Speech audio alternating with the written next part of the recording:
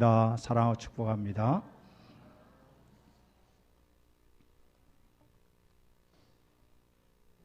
오늘은 성례식이 있습니다. 이 성례라고 하는 것은 우리 개신교에서는 세례식과 성찬 예식을 말합니다. 먼저 세례가 무엇인지 말씀을 드리겠습니다. 이 세례는 죄 씻음을 받는다 하는 그런 의식입니다. 그리고 자신의 신앙을 고백하는 사람들이 교회 일원으로 가입되는 엄숙한 예식을 바로 이 세례라고 말할 수 있습니다. 그리스도에게 접붙임을 받는 사람이 하나님께 자기 자신을 봉헌하고 하나님의 은혜의 계약 속에 내가 들어갑니다 하는 것이 세례식이 되겠습니다. 그리고 이 세례식은 예수님께서 오실 때까지, 세상 끝날까지 교회 안에서 집행되는 예식입니다. 그리고 세례식에 사용되는 외적인 요소는 물입니다. 합법적인 안수를 받은 목사가 이 물로서 성부와 성자와 성령의 이름으로 세례를 베풉니다. 그리고 우리 교단에서는 총회와 노회와 교회에서는 세례받을 사람에게는 머리 위에 물을 붓거나 뿌려서 세례를 베풉니다. 세례는 예수를 믿고 순종할 것을 공적으로 고백하는 사람에게 베풀어집니다. 유아 세례는 양부모 중에 한 편만 예수를 믿고 세례를 받은 부모의 그 자녀는 만 2세까지 세례를 베풀 수가 있겠습니다. 그리고 이 세례는 모독하거나 하는 것은 큰 죄악으로 교회법으로 다루고 있습니다. 그리고 세례는 누구에게나 한 번만 베풀 수가 있습니다. 군대에서 세례를 받은 것이 시원찮아서 한 번 더 받겠습니다, 그렇게 할 수가 없습니다. 심지어 구교에서 영세를 받으신 분도 우리 개신교에서는 세례를 다시 베풀지를 않습니다. 그리고 두 번째, 성찬에 대해서 말씀을 드리겠습니다. 이 성찬은 예수님께서 자기의 몸과 피로 세우신 의식입니다. 이 예식은 예수님의 죽음을 통해서 자신이 친히 희생제물로 드려진 것을 항상 기억하기 위해서 예수님께서 세우신 예식이 되겠습니다. 그래서 우리가 이 성찬식을 거행할 때마다 예수님의 몸을 기념하고 기억하게 되어 있습니다. 목사는 말씀을 선포하고 떡과 포도주를 축사하여 그것을 거룩하게 나누어 줍니다. 우리 장로님들은 또 그 일을 함께 수종을 들게 되겠습니다. 성찬식에 참석하지 못한 사람, 오늘 꼭 오고 싶은데 오지 못했는데 목사님 어떻게 할까요? 질문을 할 수가 있죠. 그런 분들은 다음 기회로 미루게 되어 있습니다. 그리고 성찬 예식은 한 사람에게 1대1로 하는 것이 아닙니다. 혹시 병상에서 꼭 세례를 받아야 되거나 혹은 성찬 예식을 거행하게 된다 할 때는 당에서 어떤 결연을 할 수 있겠지만은 원칙적으로 이 예식에 함께하지 못한 사람에게는 나눠주지 못합니다. 그리고 성찬식에 사용되는 떡과 포도주는 경배의 대상이 아닙니다. 과거에는 이 성찬 예식을 하고 나서 떡과 포도주를 땅에 묻거나 땅에 쏟게 되어 있습니다. 지금도 그렇게 하고 있습니다. 그래서 그렇게 하는 그 의미는 이 예식에 사용됐던 떡과 포도주가 어떤 성물이 되지 않도록 하려고 하는 것입니다. 천주교에서는 이 떡과 포도주 자체가 예수님의 살이요 피라고 그렇게 이야기합니다. 그래서 성찬 예식에 거행됐던 떡은 예수님의 살로 화해지고 그리고 피는 예수님의 피가 됩니다. 그래서 떡은 이제 남는 것을 성직자들이 먹는 것은 큰 어려움이 없는데 포도주를 이렇게 많이 먹기 때문에 또 거기에서 또 문제가 있다고 보아집니다. 예수님은 우리에게 은혜로 이 성찬 예식을 남겨주셨습니다. 그래서 오늘 여러분 성찬식에 참석할 때 거룩한 마음으로, 또 세례를 받으신 분들은 모두가 동참하시고, 또 여러분 마음에 혹시 꺼리끼한 것이 있으면 회개하는 마음으로 회개하시고 동참을 하시면 되겠습니다. 말씀은 세 가지가 있습니다. 기록된 성경 말씀이 있고 선포되는 설교 말씀이 있습니다. 그리고 성찬은 보이는 하나님의 말씀입니다. 그래서 기록된 말씀은 열심히 읽어야 되고, 그리고 선포되는 설교 말씀은 여러분 집중해서 들어야 되고, 보이는 이 성찬의 말씀에는 여러분이 다 동참을 해야 될 것입니다. 오늘 읽은 본문 말씀을 좀 설명을 하겠습니다. 26절에 보시면 그들이 먹을 때에 예수께서 떡을 가지사 축복하시고 떼어 제자들에게 주시며 이르시되 받아서 먹으라 이것은 내 몸이니라 하셨습니다. 이게 잘 보면 그들이 먹을 때에 떡을 가졌습니다. 우리가 생각할 때 떡을 떼어주고 먹어야 되는데 먹을 때에 떡을 떼어주셨어요. 이것을 우리 한국의 식탁법으로 보면 이해가 되지 않습니다. 그러나 유대인들의 식탁법에 들어가면 유월절을 그들이 어떻게 지키느냐를 알고 나면 그들이 먹을 때에 그것이 이해가 됩니다. 자, 이렇습니다. 유월절에 유대인들은 포도주를 3번 먹습니다. 식탁에 앉았을 때 제일 먼저 목을 축이기 위해서 포도주를 먹습니다. 그리고 나서 에피타이저식으로 먼저 먹습니다. 채소나 이런 것들을 먼저 먹습니다. 그리고 나서 다시 포도주를 먹습니다. 포도주를 먹고 그때는 손을 한 번 더 씻고 그리고 메인 디시, 이제 주식을 먹게 돼. 그때 떡을 뗍니다. 그러고 나서 그걸 다 먹고 나서 다시 3번째 포도주를 또 먹습니다. 먹으면서 그때 가장이 축복의 말을 하고 이제 그 유월절 예식이 끝이 납니다.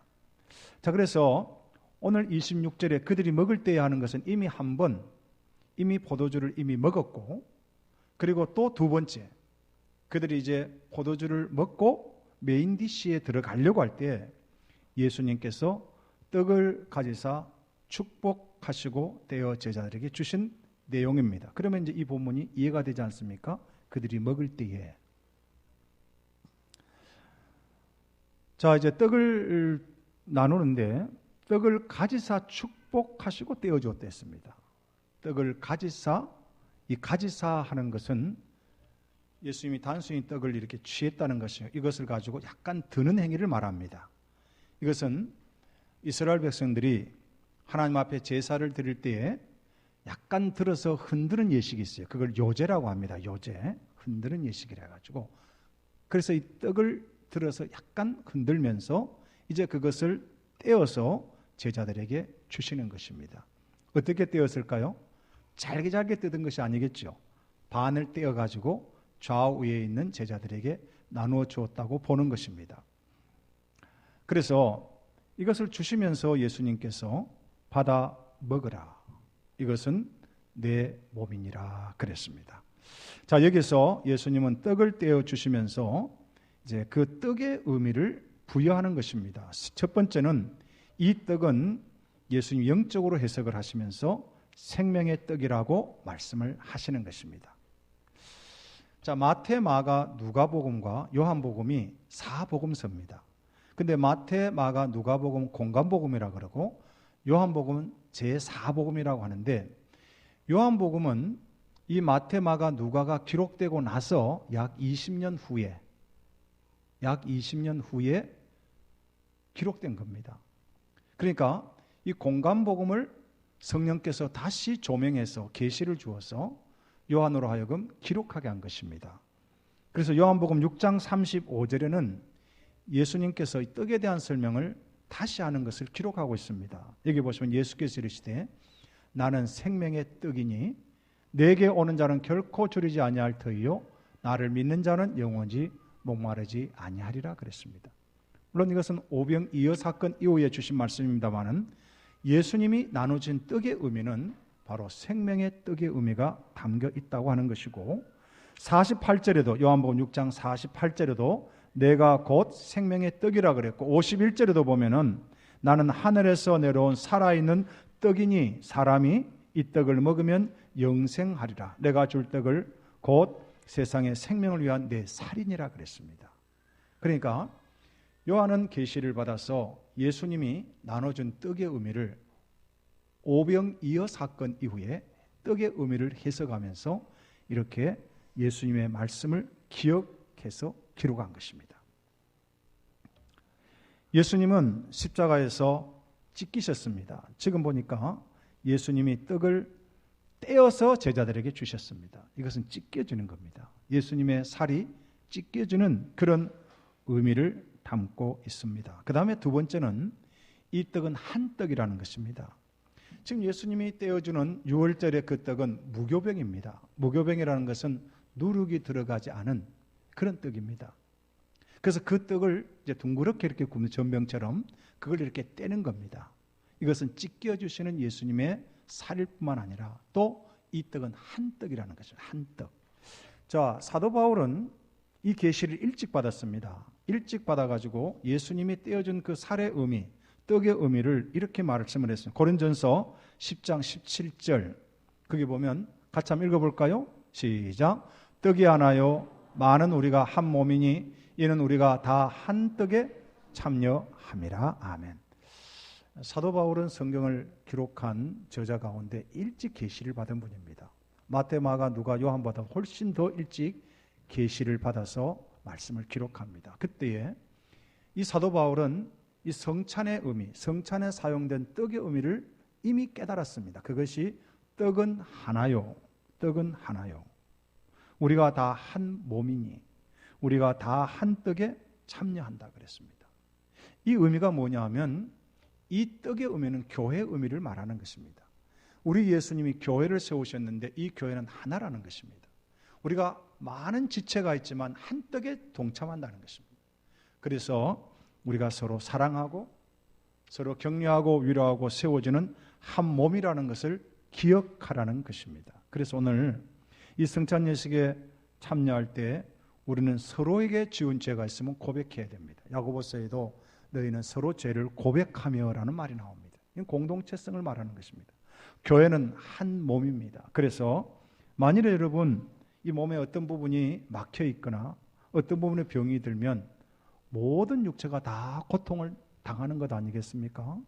그래서 혹시 여러분 가운데 지체들 가운데 막혀 있는 부분이 있으면 서로 용서하지 못하고 오해하는 부분이 있으면 그걸 풀고 성찬식에 동참하는 것이 여러분에게 유익합니다. 자, 이제 떡을 뗄 때에 성령님께서 이 자리에 임재하시는 것입니다. 우리는 이 떡 자체가 예수님의 살이라고 말하지는 않습니다만은 성령께서 이 자리에 임재하실 때 그 떡을 우리가 취함으로 하나님의 은혜가 넘쳐난다고 그렇게 말하는 것입니다. 그 다음에 27절부터 보시면은 잔에 대한 이야기가 나오지요. 27절 우리 같이 한번 읽어볼까요? 27절 시작. 또 잔을 가지사 감사기도 하시고 그들에게 주시며 이르시되 너희가 다 이것을 마시라 그랬습니다. 잔을 주셨습니다. 이거는 이제 세 번째 잔을 드신 겁니다. 제일 처음에는 음식을 먹기 전에 먼저 잔을 들고 메인 디시를 주식을 먹기 위해서 두 번째 들고 이제 세 번째 잔을 드시는 것입니다. 그때는 가장이 호스트가 중요한 말을 하는 시간입니다. 근데 그때 예수님께서 음식을 다 먹고 나서 이렇게 말을 했습니다. 너희가 이것을 다 마시라. 이것은 죄 사함을 얻게 하려고 많은 사람을, 이게 모든 사람입니다. 모든 사람을 위해서 흘리는 바 나의 피 곧 언약의 피니라. 굉장히 중요한 말씀을 마지막으로 6월절 예식 가운데 마지막으로 매우 중요한 말씀을 여기서 지금 하고 있습니다. 자, 여기 보니까 죄 사함을 얻게 한다 그랬습니다. 이 죄 사함이라는 것은 구약의 희생 제사의 핵심이 죄 사함입니다. 짐승의 피를 흘리는 그 주 목적이 죄 사함을 받기 위해서 짐승의 피를 흘리는 것입니다. 그래서 히브리서 9장 22절에 보면은 율법을 따라 거의 모든 물건이 피로서 정결하게 되나니 피 흘림이 없은즉 죄 사함이 없다 그랬습니다. 예수님께서 지금 이 포도주를 나눠주시면서 이것은 너희를 위하여 흘리는 나의 피, 곧 언약의 피라고 말했습니다.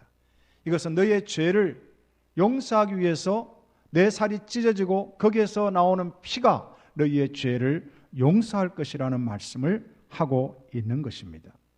요한일서 1장 7절에도 보면 그 아들 예수의 피가 우리를 모든 죄에서 깨끗하게 하실 것이라고 했습니다. 예수님의 피밖에 없습니다. 예수님의 피가 우리의 죄를 정결하게 하는 것입니다. 구약의 피는 생명의 피라 그랬습니다. 생명이 곧 피고 피가 곧 생명이라 그랬고, 그 다음에 동물의 피가 나옵니다. 이 피는 사람들의 죄를 일시적으로 속죄를 하는 효과는 가지고 있었습니다. 그러나 신약에 나타난 예수 그리스도의 피는 영원한 속죄의 피, 한 번의 영원한 제사, 제물이 되신 우리 주 예수 그리스도의 피, 누구든지 예수 그리스도를 믿기만 하면 하나님의 자녀가 된다고 하는 것은 바로 그리스도의 보혈로 우리의 죄를 정결하게 한다는 그런 의미이기도 하고, 그런즉 누구든지 그리스도 안에 있으면 새로운 피조물이라 이전 것은 지나갔으니 보라 새 것이 되었다고 하는 이 말씀의 의미는 예수 그리스도의 피로 우리가 정결하게 되어지고 날마다 새로워지는 그런 창조물로 살아간다는 그런 의미입니다. 뿐만 아니라 고린도후서 5장 21절에 보니까 하나님이 죄를 알지도 못하신 이를 우리를 위하여 죄로 삼으신 것은 우리로 하여금 그 안에서 하나님의 의가 되게 하려 하심이라 그랬습니다. 예수님은 죄를 알지 못한 분이기 때문에 피를 흘려야 할 그런 어떠한 근거가 없었습니다. 그러나 그분에게 죄가 되게 하신 것은 우리의 죄를 그분에게 전가시키셔서 예수님 십자가에 죽으시고 피를 흘려주심으로 우리가 하나님의 의가 되게 하기 위해서라고 성경은 기록하고 있습니다. 그래서 이 피는 새 언약의 피입니다. 모세에게 주었던 언약은 옛 언약입니다. 율법의 언약입니다. 그러나 그리스도 안에서 새로운 언약으로, 언약의 피로 예수님이 십자가에 죽으시고 피를 흘리신다는 의미를 말씀하고 있습니다. 모든 사람이 죄를 다 범하여서 하나님의 영광에 이르지 못하였습니다. 그러나 우리 주님께서 십자가에 죽어 주심으로 말미암아 우리의 죄를 사해 주셨습니다. 우리의 죄를 사해 준다는 말은 보낸다, 죄를 다 보내버리는 것이, 탕감한다는 뜻입니다. 빚을 탕감하는 것처럼, 빚이 없다고 말하는 것처럼 그리스도의 보혈을 믿고 내 영혼의 고백을 하게 되면은 그 죄를 탕감해 주는 것입니다. 그리고 이혼시킨다는 뜻입니다. 예수 그리스도께서 우리 안에 계심으로 말미암아 우리는 그동안 죄와 짝해서 이 세상과 결혼해서 살았던 그 모든 결혼 증서를 없애버리고 이혼시켜버리고 하나님의 새로운 나라로, 어둠의 권세가 아니라 하나님의 사랑의 아들의 나라로 우리를 옮겨버렸다는 그런 의미가 죄를 사한다, 그런 뜻을 가지고 있습니다. 이제 우리는 로마서 6장 21절과 22절의 말씀을 보아야 되겠습니다. 로마서 6장 21절에 보면은 너희가 그때 무슨 열매를 맺었느냐, 이제는 너희가 그 일을 부끄러워하나니 이는 그 마지막이 사망입니다. 22절에는 그러나 이제는 너희가 죄로부터 해방되고 하나님께 종이 되어 거룩함에 이르는 열매를 맺었으니 그 마지막은 영생이라 그랬습니다. 여러분, 21절과 22절의 말씀은 매우 중요한 대조를 하고 있습니다. 그것은 사망과 영생입니다. 그리스도 밖에 있을 때는 우리는 죄의 열매를 맺었습니다. 그러나 그리스도 안에서 우리는 성령의 열매, 거룩함의 열매를 맺게 되고, 그리스도 밖에 있을 때는 사망으로 끝이 났지만 그리스도 안에서 그 마지막이 영생이라고 축복의 말씀을 하고 있습니다. 이제 우리는 그리스도의 살을 기념하는 떡을 먹을 것이고 그리스도의 피를 기념하는 잔을 함께 나눌 것입니다. 예수님의 살과 피가 우리 안에 들어옴으로 말미암아 우리는 이제 승리자가 되었음을 선포하는 것입니다. 이제는 더 이상 마귀의 종노릇 하는 자가 아니고 마귀를 정복하고 하나님의 권세를 가진 자로서 이 세상을 우리는 다스리는 자로서 통치권을 다시 회복한 자로서 살아감을 선포하는 시간이 될 것입니다. 오늘 성찬 예식에 믿음으로 동참하는 사람들에게, 우리 성도인들에게 치유와 하나님의 놀라운 풍성한 복이 넘쳐나기를 주의 이름으로 축복합니다. 여러분의 영혼이 회복되어지기를 주의 이름으로 축원합니다. 모든 의심과 모든 근심을 예수 이름으로 완전히 떠나고 하나님의 신성한 건강이 우리 모든 성도에게 충만한 시간 되기를 주의 이름으로 축복합니다. 같이 기도하겠습니다.